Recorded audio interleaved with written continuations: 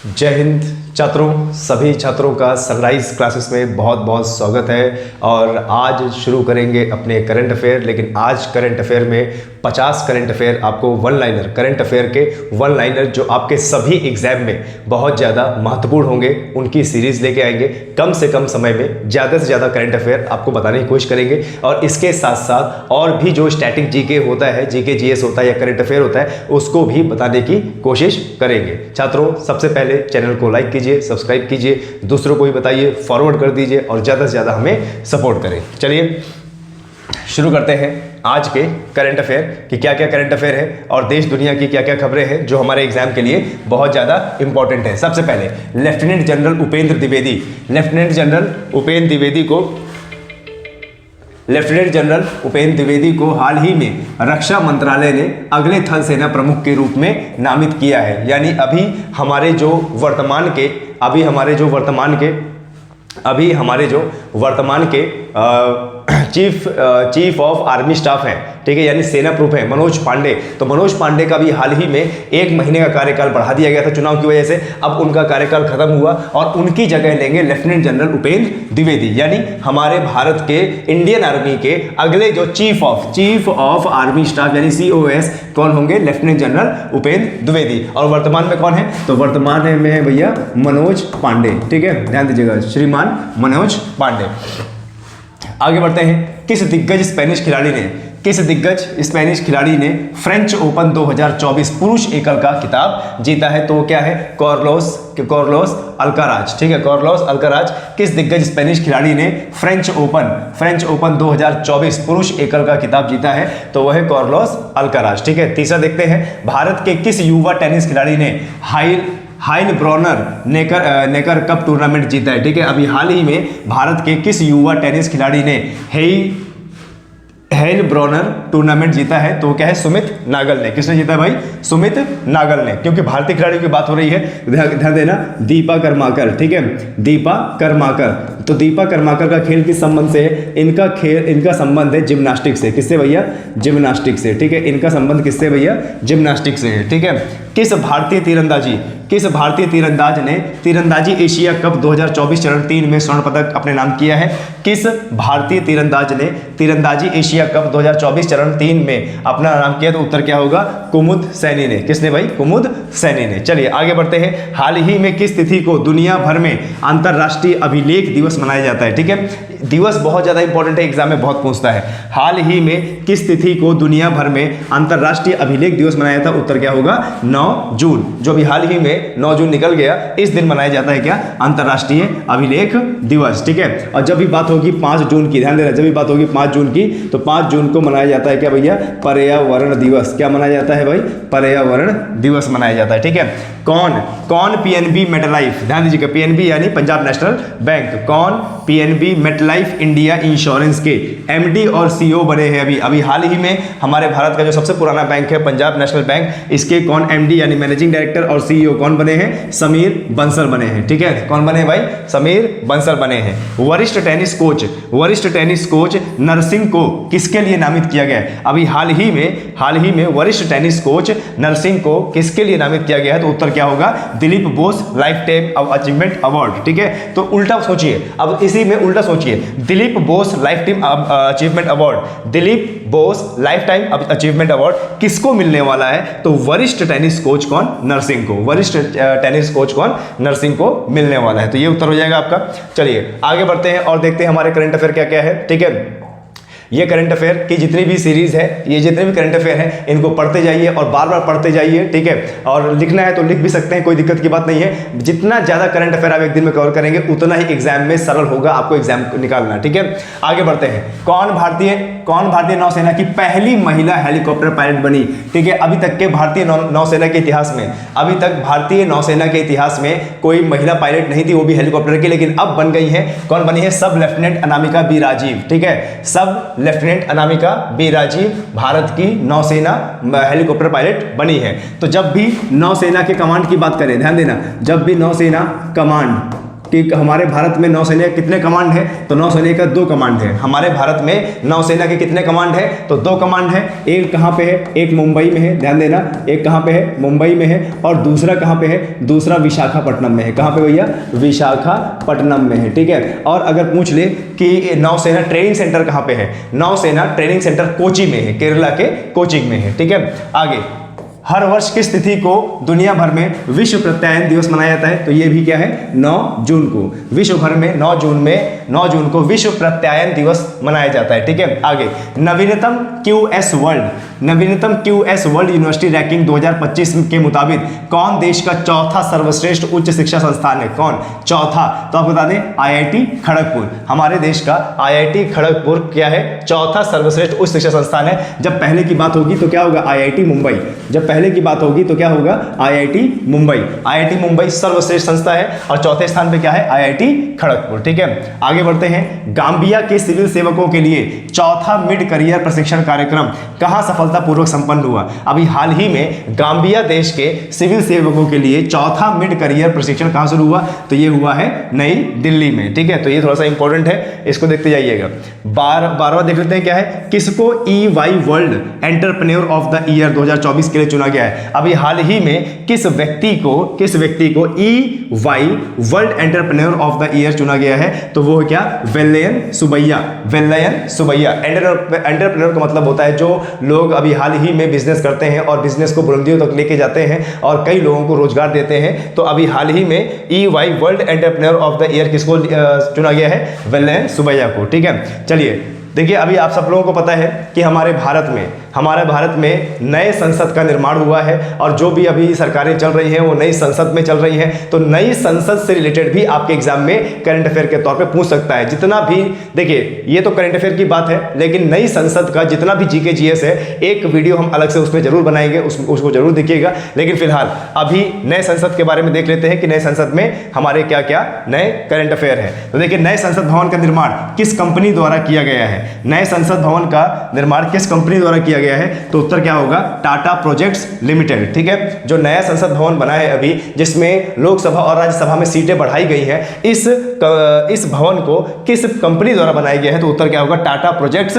Limited, ठीक है। और नए संसद भवन का आकार कैसा है, ये काफी बार एग्जाम में पूछा गया है। अभी नए संसद भवन का आकार कैसा है, तो ये त्रिकोणीय है। नए संसद भवन का आकार कैसा है, ये त्रिकोणीय है, ठीक है। नए संसद भवन का आकार कैसा है भाई, त्रिकोणीय आकार का है, ठीक है।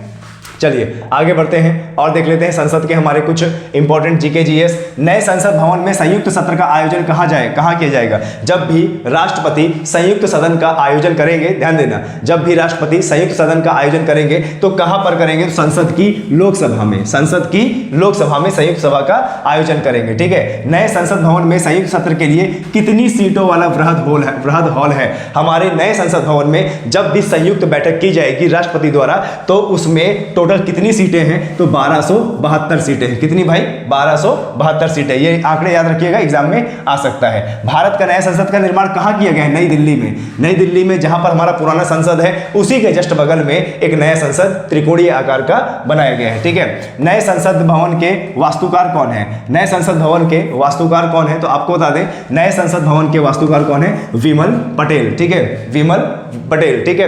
और अगर पूछ ले कि पुरानी संसद के वास्तुकार कौन थे, तो वो था क्या, लुटियंस। क्या था भाई, लुटियंस, जो हमें लूट के चले गए, कौन, लुटियंस, ठीक है। ध्यान दीजिएगा, पुरानी संसद के वास्तुकार कौन है, लुटियंस, और नए संसद के वास्तुकार कौन है, विमल पटेल। कौन है भाई, विमल पटेल, ठीक है।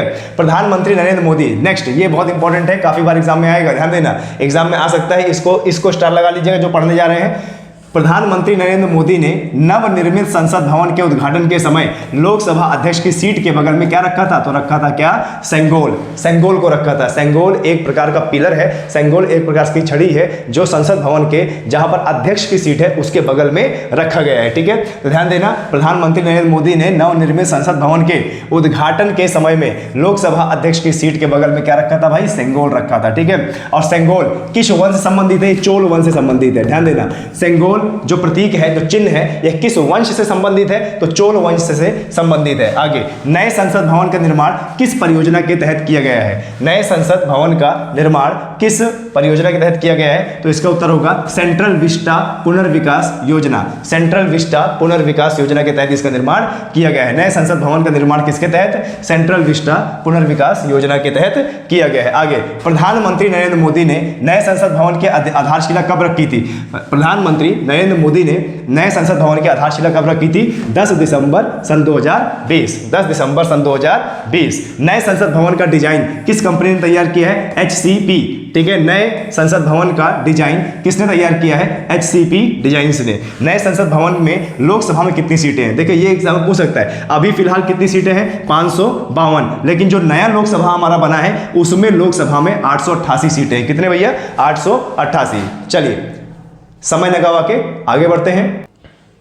चलिए, तो ये हमने जाना कि भाई नए संसद भवन में कितनी सीटें हैं? 888। और आपको बता दें इसके वृहद हॉल, बड़े हॉल में कितनी सीटें हैं? 1272। ठीक है, चलिए आगे बढ़ते हैं और देखते हैं कि और क्या क्या इंपॉर्टेंट है हमारे एग्जाम से रिलेटेड। नए संसद भवन में राज्यसभा के लिए कितनी सीटें हैं? तो 384।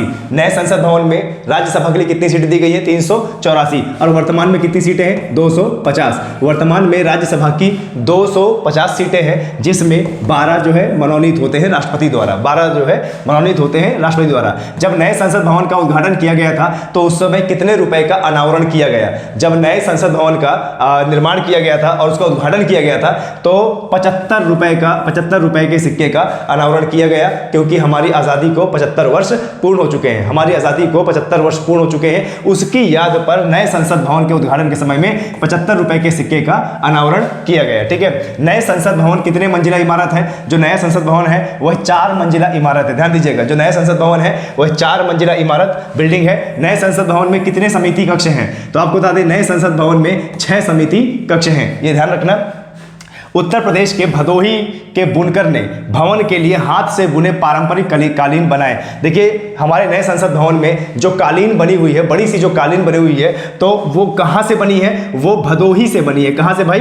भदोही से बनी है। और आपको बता दें कालीन अनुसंधान संस्था, कालीन अनुसंधान, ध्यान देना, कालीन अनुसंधान संस्था ये भी कहाँ पे है? भदोही में है। कालीन, उत्तर प्रदेश का भदोही कालीन निर्माण के लिए जाना जाता है। ये वहाँ का 1 डिस्ट्रिक्ट 1 प्रोडक्ट भी है। और कालीन अनुसंधान केंद्र ये भी कहाँ पे है? भदोही में है। तो देखो ये यूपी जीके के लिए भी इंपॉर्टेंट है। आगे, संसद भवन में 3 प्रवेश द्वार हैं। ये जो त्रिकोणीय संसद भवन बना है इस बार का नया संसद भवन, इसमें 3 द्वार हैं और तीनों द्वारों को अलग अलग नाम से जाना जाता है। जरा देखिए, संसद भवन में 3 प्रवेश द्वार हैं जिनके नाम है, पहला ज्ञान द्वार और दूसरा शक्ति द्वार और तीसरा कर्म द्वार। ठीक है, ध्यान दीजिएगा, संसद भवन में 3 प्रवेश द्वार हैं जिनके नाम भी अलग अलग हैं, ज्ञान द्वार और क्या है? शक्ति द्वार और क्या है? कर्म द्वार। ठीक है, ये ध्यान देना है। पर्यटन विकास सूचकांक 2024 में भारत की 119 में से कितनी रैंक आई है? 39वीं रैंक आई है। ठीक है, कुछ सूचकांक भी देख लेते हैं, एग्जाम की दृष्टि से बहुत ज्यादा इंपॉर्टेंट होते हैं। पर्यटन विकास सूचकांक 2024 में 119 देशों का उल्लेख किया गया, जिसमें भारत की रैंक कितनी है? 39वीं है। ठीक है, अंतरराष्ट्रीय आईपी सूचकांक में भारत की रैंक क्या है? 42वां है। ठीक है, 42वां स्थान है भारत ने प्राप्त किया है। अंतरराष्ट्रीय आईपी सूचकांक में भारत ने कौन सी रैंक प्राप्त की है? 42वां स्थान प्राप्त किया है। ठीक है, 32 ग्लोबल सॉफ्ट पावर इंडेक्स, ध्यान दीजिएगा, ग्लोबल सॉफ्ट पावर इंडेक्स 2024 के सूचकांक में भारत की 29वीं रैंक है। ठीक है, एग्जाम की जब तैयारी करते हैं तो कुछ अंतरराष्ट्रीय महत्वपूर्ण सूचकांक को भी ध्यान में रखना है, क्योंकि एग्जाम में आता है। ठीक है, चलिए आगे बढ़ते हैं और देखते हैं कि और कौन कौन से इंपॉर्टेंट हमारे करंट अफेयर है। हेनले पासपोर्ट रिपोर्ट 2024 में भारत की रैंक क्या है? 80। ठीक है, भारत की रैंक क्या है भाई? 80। हेनले पासपोर्ट इंडेक्स 2024 में भारत की रैंक क्या है? 80 है। और अगर पूछे रैंक 1 पे कौन है इस बार, तो रैंक 1 पे इस बार क्या? सिंगापुर। ठीक है, रैंक 1 पे कौन है इस बार? सिंगापुर। हमेशा जापान रैंक 1 पे आता था पासपोर्ट की मजबूती के संदर्भ में, लेकिन इस बार हेनले रिपोर्ट के मुताबिक रैंक 1 पे कौन आया है? सिंगापुर आया है। और भारत की रैंक क्या है? 80 है। भविष्य संभावना सूचकांक भविष्य संभावना सूचकांक में भारत की रैंक क्या है? 35वीं है। ठीक है, विश्व खुशहाली रिपोर्ट में ध्यान दीजिएगा, विश्व खुशहाली रिपोर्ट में भारत क्या है? 126वीं रैंक पे है। विश्व खुशहाली रिपोर्ट, ठीक है, वर्ल्ड हैप्पीनेस इंडेक्स में भारत की रैंक कितनी है? 126वीं, यानी कहीं ना कहीं भारत के लोग अपनी सरकार से खुश नहीं है। ठीक है, ये ध्यान देना है। वैश्विक आतंकवादी सूचकांक, वैश्विक आतंकवादी सूचकांक में भारत की जो रैंक है वो 13वीं रैंक है, यानी भारत में कहीं ना कहीं आतंकवाद का प्रभाव ज्यादा है। ठीक है, तो वैश्विक आतंकवाद सूचकांक में क्या है? 13वीं रैंक। और फर्स्ट में कौन आया भाई? फर्स्ट में कौन आया है? फर्स्ट में है अफगानिस्तान। कौन भैया? अफगानिस्तान। फर्स्ट में कौन है? अफगानिस्तान है। ठीक है, यहां पर आतंकवादियों का प्रभाव बहुत ज्यादा है। वैश्विक नवाचार सूचकांक, वैश्विक नवाचार सूचकांक 2023 में भारत की रैंक थी 40वीं रैंक थी। वैश्विक आर्थिक परिदृश्य, वैश्विक आर्थिक परिदृश्य के रिपोर्ट के मुताबिक क्या रिपोर्ट कह रही है भारत के मामले में? ठीक है, ये जो वैश्विक आर्थिक रिपोर्ट है, परिदृश्य है 2024 का, ये भारत के बारे में क्या कह रही है? कह रही है कि 2024 और 2025 में भारत की वृद्धि दर 6.5% रहने वाली है। ठीक है, ये विश्व आर्थिक परिदृश्य 2024 यह हमारे भारत की जीडीपी और वृद्धि दर को बता रहा है कि 2024 और 2025 में भारत की वृद्धि दर 6.5 रहने वाली है। ठीक है, सैन्य शक्ति रैंकिंग, पूरे विश्व में सैन्य शक्ति देखा जाए तो भारत की सैन्य शक्ति चौथे नंबर पे आ रही है। पूरे विश्व में अगर सैन्य शक्ति के मामले में देखा जाए तो हमारा भारत किस रैंक में आ रहा है? पहले में, चौथे रैंक में आ रहा है। तो पहले में कौन है? पहले में है भैया यूएसए। पहले में क्या है? यूएसए। दूसरे में कौन है? देखिए दूसरे में कौन है? दूसरे में है रूस। दूसरे में कौन है? रूस। और तीसरे में कौन है? तीसरे में है चाइना। और चौथे में कौन आता है अपना? चौथा में अपना आता है भारत। ठीक है, जब हम सेना की बात करेंगे कि किसकी कितनी मजबूत सेना है, तो इस रैंकिंग में हमारा भारत चौथे नंबर पे आता है। पहले पे कौन है? यूएसए है। दूसरे में कौन है? रूस है। और तीसरे में कौन है? चाइना। चौथे में क्या है? भारत। ठीक है, लॉजिस्टिक प्रदर्शन सूचकांक, लॉजिस्टिक प्रदर्शन सूचकांक में भारत का रैंक 2023 का क्या है? 38वां है। लॉजिस्टिक प्रदर्शन सूचकांक में 2023 में 38वां स्थान है भारत का। ठीक है, चलिए आगे बढ़ते हैं और देख लेते हैं कि ये हमारा कुछ इंपॉर्टेंट करंट अफेयर है। भारतीय वायुसेना ने जगुआर लड़ाकू विमान, भारतीय वायुसेना ने जगुआर लड़ाकू विमान के अलावा रूसी लड़ाकू विमान सुखोई 30 में, ठीक है, रैमपेज मिसाइल से लैस किया। यानी अभी हमारी भारत के इंडियन एयरफोर्स ने रूस से लिया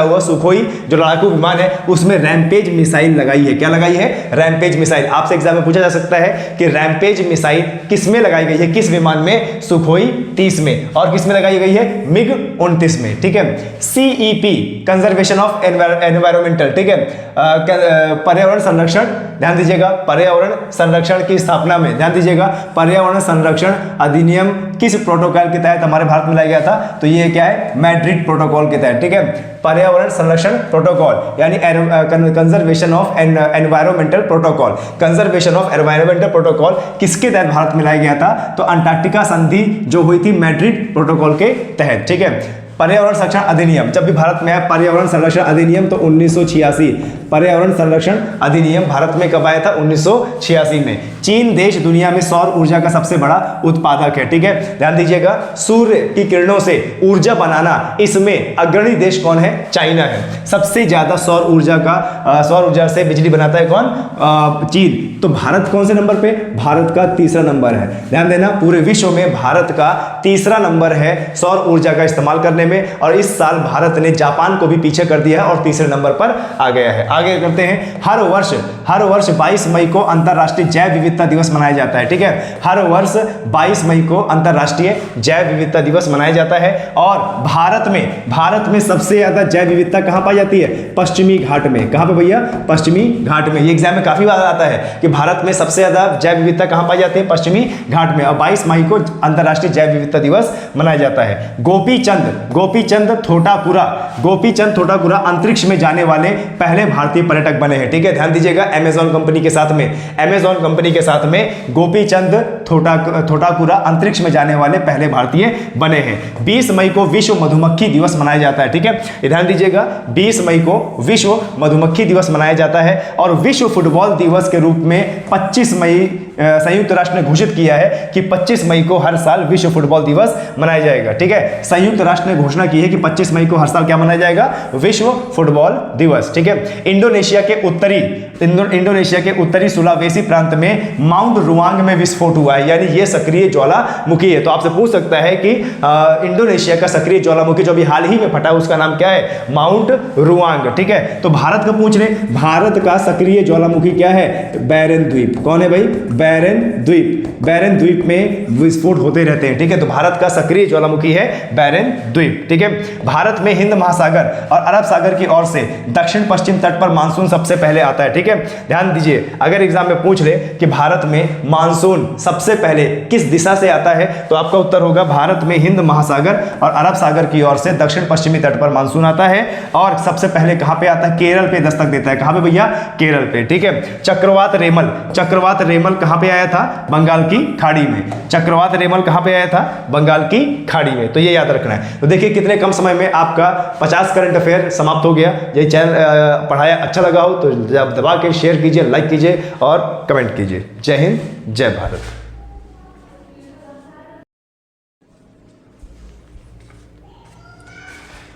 जय हिंद दोस्तों, सभी छात्रों का सनराइज क्लासेस में स्वागत है और शुरू करेंगे सुबह 6 बजे के करंट अफेयर। हमारी क्लासेस सुबह 6 बजे और रात्रि 8 बजे आती हैं। अभी फ़िलहाल हम 2 ही क्लास दे पा रहे हैं, लेकिन आगे आने वाले समय में हम और भी ज़्यादा क्लासेस देंगे। अभी फ़िलहाल रात्रि 8 बजे Uttar Pradesh police special UP GK की क्लासेस हमारी चल रही है। छात्रों 8 बजे भी क्लास देखा कीजिए और चैनल को ज़्यादा से ज़्यादा सब्सक्राइब करें, दूसरों को भी बताएं और ज़्यादा से ज़्यादा दोस्तों को जोड़ें, हमें सपोर्ट करें ताकि हम और बेहतरीन क्लास दे पाएँ। ठीक है, शुरू करेंगे आज के current affair. 25 top current affair को आज देखेंगे कि हमारे एग्जाम में 25 टॉप करंट अफेयर कितना इंपॉर्टेंट है और कैसे कैसे एग्जाम में आ सकते हैं। वैसे करंट अफेयर का आजकल चलन चल गया है करंट अफेयर का, एग्जाम में ज़्यादातर करंट अफेयर ही पूछा जाता है। तो चलिए शुरू करते हैं आज के करंट अफेयर। सबसे पहला है ओडिशा। देखो क्या बोल रहा है, सबसे पहला क्या है, ओडिशा के नए मुख्यमंत्री के रूप में किसने अभी हाल ही में शपथ ली है, तो मोहन चरण मांझी ने। ठीक है, ओडिशा के नए मुख्यमंत्री के रूप में किसने शपथ ली है, तो उत्तर क्या होगा, मोहन चरण मांझी ने। ठीक है, ओडिशा के नए मुख्यमंत्री के रूप में। तो इससे पहले इनके मुख्यमंत्री कौन थे भाई, इससे पहले ओडिशा के मुख्यमंत्री कौन थे, तो इससे पहले ओडिशा के मुख्यमंत्री थे नवीन पटनायक। क्या भैया, नवीन पटनायक। ठीक है, ये इससे पहले ओडिशा के मुख्यमंत्री थे। अब यहाँ पर ओडिशा का नाम आया है तो ध्यान देना, ओडिशा में है भारत की सबसे बड़ी झील। ठीक है, भारत की सबसे बड़ी झील ओडिशा में है, भारत की सबसे बड़ी झील। क्या नाम है उसका, चिलिका झील। चिलिका झील। ठीक है, कौन सी, चिलिका झील, चिलिका। आप बोल सकते हो भारत की सबसे बड़ी झील कौन सी है, चिलिका झील है। और भारत की सबसे बड़ी खारे पानी की झील भी चिलिका झील है। और ध्यान देना, रामसर स्थल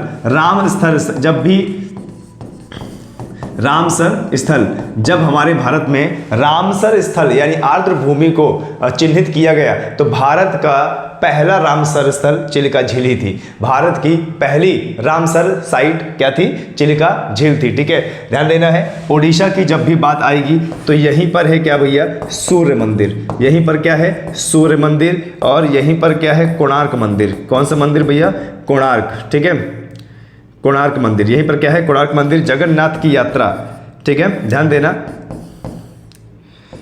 जगन्नाथ की यात्रा यहीं होती है। और ऑलिव रिडले कछुआ, ध्यान देना, ऑलिव रिडले कछुआ को यहीं संरक्षण दिया जा रहा है। ऑलिव रिडले कछुआ को यहीं पर संरक्षण दिया जा रहा है। ठीक है, ओडिशा में। क्लियर है। कंधमाल हल्दी यहाँ का जीआई टैग है। कंधमाल हल्दी यहाँ की है जिसको क्या मिला है, जीआई टैग मिला है। ठीक है, ओडिशा की कंधमाल हल्दी है जिसको क्या मिला है, जीआई टैग मिला है। ठीक है, आगे बढ़ते हैं। आंध्र प्रदेश के नए मुख्यमंत्री के रूप में किसने शपथ ली है, चंद्रबाबू नायडू। ठीक है, आंध्र प्रदेश के नए मुख्यमंत्री के रूप में अभी किसने शपथ लिया है, तो चंद्रबाबू नायडू। और इससे पहले यहाँ के जो सीएम थे वो थे जगनमोहन रेड्डी। ठीक है, चलिए बहुत बढ़िया। सुहेलवा वन्यजीव अभ्यारण्य, सुहेलवा वन्यजीव अभ्यारण्य हाल ही में चर्चा में था। ये किस राज्य का है? तो ये उत्तर प्रदेश का है। यूपी जीके के लिए हमारे बहुत ज्यादा इंपॉर्टेंट है। सुहेलवा वन्यजीव अभ्यारण्य हाल ही में चर्चा में था। यह अभी कि कहाँ का अभ्यारण्य है? ये उत्तर प्रदेश का अभ्यारण्य है। और ध्यान दीजिएगा, उत्तर प्रदेश का जो चित्रकूट डिस्ट्रिक्ट है, ध्यान देना, उत्तर प्रदेश का जो चित्रकूट डिस्ट्रिक्ट है, यहाँ पर है रानीपुर। यहाँ पे क्या भैया? रानीपुर बाघ अभ्यारण्य, रानीपुर बाघ अभ्यारण्य। ठीक है, ये ध्यान देना, रानीपुर बाघ अभ्यारण्य।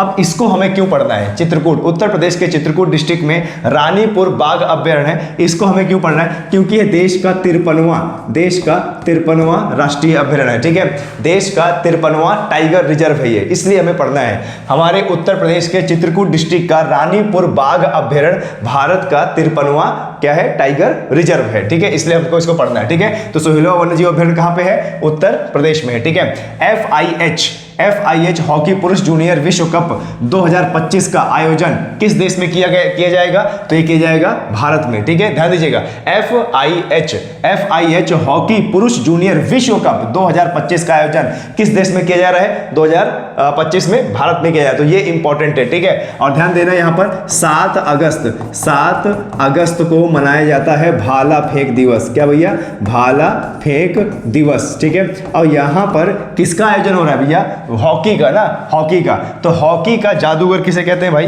हॉकी का जादूगर। ठीक है, ये ध्यान देना, हॉकी का जादूगर, हॉकी का जादूगर कहते हैं मेजर ध्यानचंद को। किसको? मेजर ध्यानचंद को कहते हैं। ठीक है, हमारे भारत के मेजर ध्यानचंद, जिनको हॉकी का जादूगर कहा जाता है। और इन्हीं के नाम पर उत्तर प्रदेश के मेरठ डिस्ट्रिक्ट पर भारत का पहला सेंट्रल स्पोर्ट्स यूनिवर्सिटी बनने जा रहा है। Major Dhyanchand central sports university Meerut में बनने जा रहा है। यूपी जीके में बहुत ज्यादा इंपॉर्टेंट है। ठीक है, कार्लोस अल्कराज किस देश के खिलाड़ी हैं? कार्लोस अल्कराज किस देश के खिलाड़ी हैं जिन्होंने फ्रेंच ओपन 2024 का टाइटल जीता है? तो उत्तर क्या होगा? स्पेन। ठीक है, उत्तर क्या होगा भाई? स्पेन। कार्लोस अल्कराज किस देश के खिलाड़ी हैं जिन्होंने फ्रेंच ओपन 2024 का टाइटल जीता है? तो उत्तर क्या होगा? स्पेन। और जरा देखें, आंध्र प्रदेश के उप मुख्यमंत्री के रूप में किसने शपथ ली है? आंध्र प्रदेश के मुख्यमंत्री के रूप में किसने शपथ ली है? तो वो ली है किसने? पवन कल्याण ने। वो किसने लिया है भाई?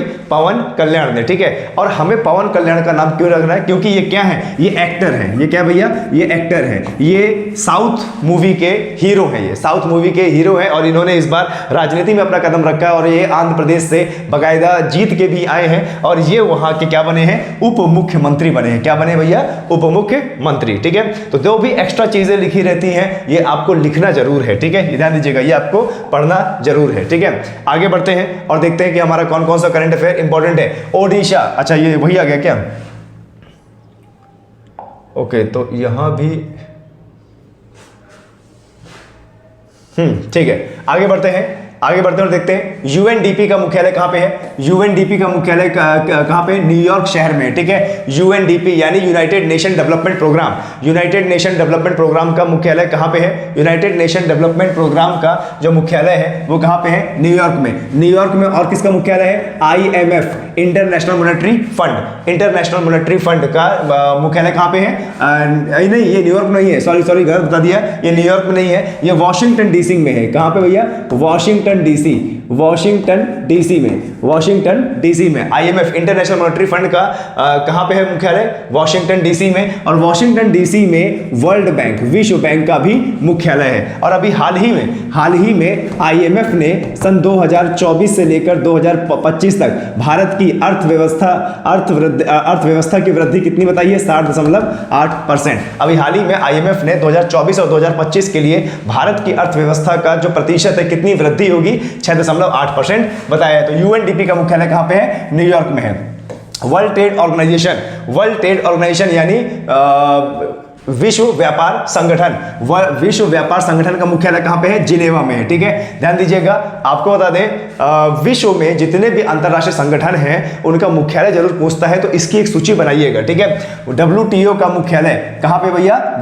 जिनेवा में है। ठीक है, ऑपरेशन आयरन स्वॉर्ड ये एग्जाम में बहुत पूछा जा रहा है। Operation iron sword, operation iron sword किससे संबंधित है? तो इजराइल और फिलिस्तीन गाजा पट्टी में जो युद्ध हो रहा है उससे संबंधित है। अभी गाजा पट्टी में हमास द्वारा इजराइल के साथ युद्ध को ऑपरेशन क्या नाम दिया गया है? Operation iron sword. तो ये इंपॉर्टेंट है, ध्यान दीजिएगा। और नेक्स्ट बढ़ते हैं अपना समता कुंभ, ठीक है, ध्यान दीजिएगा। समता कुंभ मेला कहां मनाया गया है भाई? तेलंगाना में। समता कुंभ मेला कहां मनाया गया है? तेलंगाना में, ठीक है, ध्यान रखिएगा। समता कुंभ मेला कहां मनाया गया है? तेलंगाना में, ठीक है। तेलंगाना एक स्थलबद्ध राज्य है। ये कहां से निकाला गया था? ये आंध्र प्रदेश से निकाला गया था। कहां से भैया? आंध्र प्रदेश से निकाला गया था। इसकी राजधानी क्या है? हैदराबाद। इसकी राजधानी क्या है भैया? हैदराबाद। कौन सी नदी किनारे? मूसी नदी के किनारे। किस नदी के किनारे भैया? मूसी नदी के किनारे है हैदराबाद, ठीक है। तो समता कुंभ मेला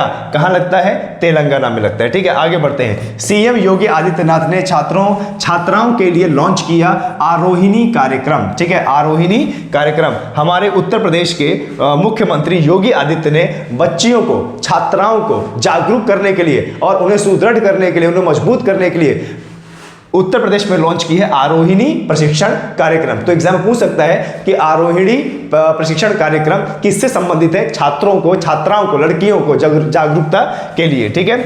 आगे देखते हैं क्या है? बाराकूडा, जिसे भारत की सबसे तेज सौर इलेक्ट्रिक नाव कहा जाता है, ठीक है। भारत की पहली सौर इलेक्ट्रिक से यानी सौर ऊर्जा से चलने वाली सबसे तेज नाव जिसका नाम बाराकूडा है, इसे लॉन्च किया गया है। कहां पे? केरल में। इसे कहां पे लॉन्च किया गया है? केरल में लॉन्च किया, ठीक है। बाराकूडा जो भारत की सबसे तेज सौर से यानी सूर्य की किरणों से चार्ज होने वाली यानी सौर ऊर्जा से चलने वाली जो बोट है, जो नाव है, इसका उद्घाटन अभी कहां किया गया है? केरल में किया गया है, ठीक है। चलिए आगे बढ़ते हैं और देखते हैं अपने नेक्स्ट करंट अफेयर। चलिए बात हुई है यहाँ पे केरला की, ध्यान दीजिएगा। केरला में क्या है? केरला में है वेम्बनाड झील। क्या भैया? वेम्बनाड झील कहाँ पे है? केरला में है। और हमारे भारत में जो सबसे ज़्यादा उच्च HDI है वो किसका है? केरला का है। हमारे भारत में जो सबसे ज़्यादा उच्च HDI है वो किसका है? केरला का है। केरला किस तट में आता है? मालाबार तट। किस तट में भैया? मालाबार तट में आता है, ठीक है। सबसे ज़्यादा साक्षरता दर कहाँ की है? केरला की है। सबसे ज़्यादा महिला साक्षरता दर कहाँ की है? केरला की है। तो ध्यान देना है यहाँ पे। आगे सियाचिन ग्लेशियर में ऑपरेशनल पोस्ट पर भारतीय सेना की पहली महिला चिकित्सा अधिकारी कैप्टन फातिमा वासीम की तैनाती की गई है। ध्यान दीजिए ना, ये कैप्टन फातिमा वासीम ये पहली ऐसी महिला है जिन्होंने इतनी ऊंचाई वाले युद्ध स्थल पर अपनी ड्यूटी दी है और वहां पर अभी तैनात है। सियाचिन ग्लेशियर, ये याद रखना एग्जाम में आ सकता है। सियाचिन ग्लेशियर में ऑपरेशन पोस्ट पर भारतीय सेना की पहली महिला चिकित्सा अधिकारी कौन बनी है? कैप्टन फातिमा वसीम। और आपको बता दें, जब भी बात होगी सियाचिन ग्लेशियर की तो सियाचिन ग्लेशियर काराकोरम श्रेणी का हिस्सा है। सियाचिन ग्लेशियर काराकोरम श्रेणी का हिस्सा है और सियाचिन ग्लेशियर भारत का ही नहीं पूरे विश्व का सबसे ऊंचाई वाला युद्ध स्थल है। ध्यान दीजिएगा, सबसे ऊंचाई वाला युद्ध स्थल है, ठीक है। एग्जाम में पूछता है। आगे बढ़ते हैं और देख लेते हैं कि हमारे कौन कौन से करंट अफेयर भी इंपॉर्टेंट है। अरुणाचल प्रदेश में बोलेमू में थेग्से सांगिये चोई लांग मठ में वार्षिक शार अमरतला तौरगया उत्सव मनाया गया। ध्यान दीजिएगा, अमरतला तौरगया उत्सव कहाँ का है? अरुणाचल प्रदेश का है। उत्सव बहुत ज्यादा पूछता है, ठीक है, ध्यान दीजिएगा। हॉर्नबिल कहाँ का है भाई? हॉर्नबिल कहाँ का है? ये है नागालैंड का। ये कहाँ का है? नागालैंड का। लेकिन यहाँ बात हो रही है अरुणाचल प्रदेश की, तो अरुणाचल प्रदेश का अमरतला तौरगया कहाँ का? अरुणाचल प्रदेश का है। और ये किस मठ में होता है? तो बोलेमू में थेंगसे सांगे चाई लॉन्ग मठ में ये आयोजित किया गया था। बौद्ध धर्म को समर्पित है, ठीक है। आगे एक और महोत्सव पूछता है, हेमिस महोत्सव, ठीक है, ये ध्यान दीजिएगा। हेमिस महोत्सव ये कहाँ का है? तो ये है भैया लद्दाख का। ये कहाँ का है? लद्दाख का है, ठीक है, ये ध्यान दीजिएगा, ठीक है। आगे बढ़ते हैं। मेघालय की लाकाडोंग हल्दी को भौगोलिक संकेत दिया गया है, ठीक है। मेघालय की लाकाडोंग जो हल्दी है ये विशेष प्रकार से वहीं पाई जाती है और उसको अभी हाल ही में GI टैग मिला है। अभी एक हल्दी की हमने बात और की थी, कौन सी? कंधमाल हल्दी, ठीक है, कंधमाल हल्दी, इसको भी जीआई टैग मिला। ये कहाँ का है? ये कहाँ का है? ये ओडिशा का है। ये कहाँ का है भैया? ओडिशा का है, ठीक है, इसको अभी जीआई टैग मिला है। क्लियर है? आगे बढ़ते हैं। 14 दिसंबर को राष्ट्रीय ऊर्जा संरक्षण दिवस मनाया जाता है। पूरे भारत में 14 दिसंबर को राष्ट्रीय ऊर्जा संरक्षण दिवस मनाया जाता है, ठीक है, पूरे भारत में 14 दिसंबर को। अब यहाँ पर 14 दिसंबर की बात हुई है तो चलो 1 दिसंबर को क्या भैया? एड्स दिवस। 1 दिसंबर को क्या मनाया जाता है? एड्स दिवस मनाया जाता है। और 4 दिसंबर को नौसेना दिवस। 4 दिसंबर को क्या? नौसेना दिवस मनाया जाता है। क्या भैया? नौसेना दिवस मनाया जाता है, ठीक है। चलिए आगे बढ़ते हैं। ऊंट मेरोपी इंडोनेशिया के जावा द्वीप के केंद्र के पास स्थित ज्वालामुखी पर्वत है, ठीक है, ध्यान दीजिएगा। अभी हाल ही में ऊंट मेरोपी पर्वत में अभी विस्फोट हुआ है और ये ज्वालामुखी पर्वत है। कहाँ का है? इंडोनेशिया का है। तो इंडोनेशिया का सक्रिय ज्वालामुखी है ये, ध्यान दीजिएगा। इंडोनेशिया का सक्रिय ज्वालामुखी कौन सा है? ऊंट मेरोपी। तो अगर पूछ रहे भारत का सक्रिय ज्वालामुखी क्या है? बैरन द्वीप। भारत का सक्रिय ज्वालामुखी क्या है? बैरन द्वीप। पूछ रहे जापान का सक्रिय ज्वालामुखी क्या है?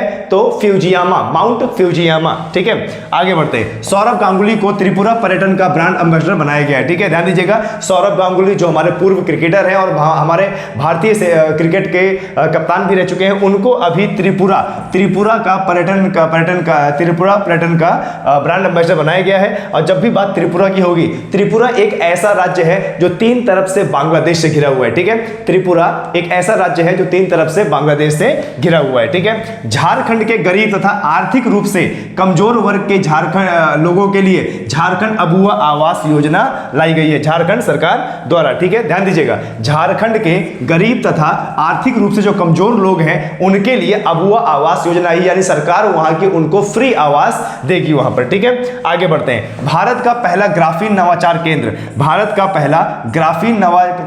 कहां खोला गया भैया? त्रिशूर, केरल में खोला गया है। कहां पे? त्रिशूर, केरल में खोला गया है। भारत का पहला ग्राफीन नवाचार केंद्र कहां खोला गया है? केरल, त्रिशूर में, ठीक है, ध्यान दीजिएगा।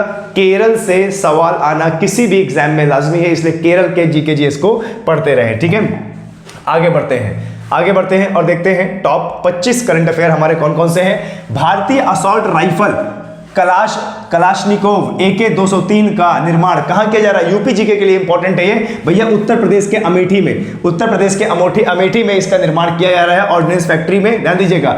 ये किसकी मदद से किया जा रहा है? तो ये रूस की मदद से किया जा रहा है, ठीक है, रूस की मदद से, ध्यान दीजिएगा। यूपी जीके के लिए बहुत ज्यादा इंपॉर्टेंट है। भारतीय असॉल्ट राइफल कलाशनिकोव AK-203 इसका युद्ध निर्माण किया जा रहा है उत्तर प्रदेश के अमेठी जिले में। तो यूपी जीके के लिए इंपॉर्टेंट है, किसकी मदद से?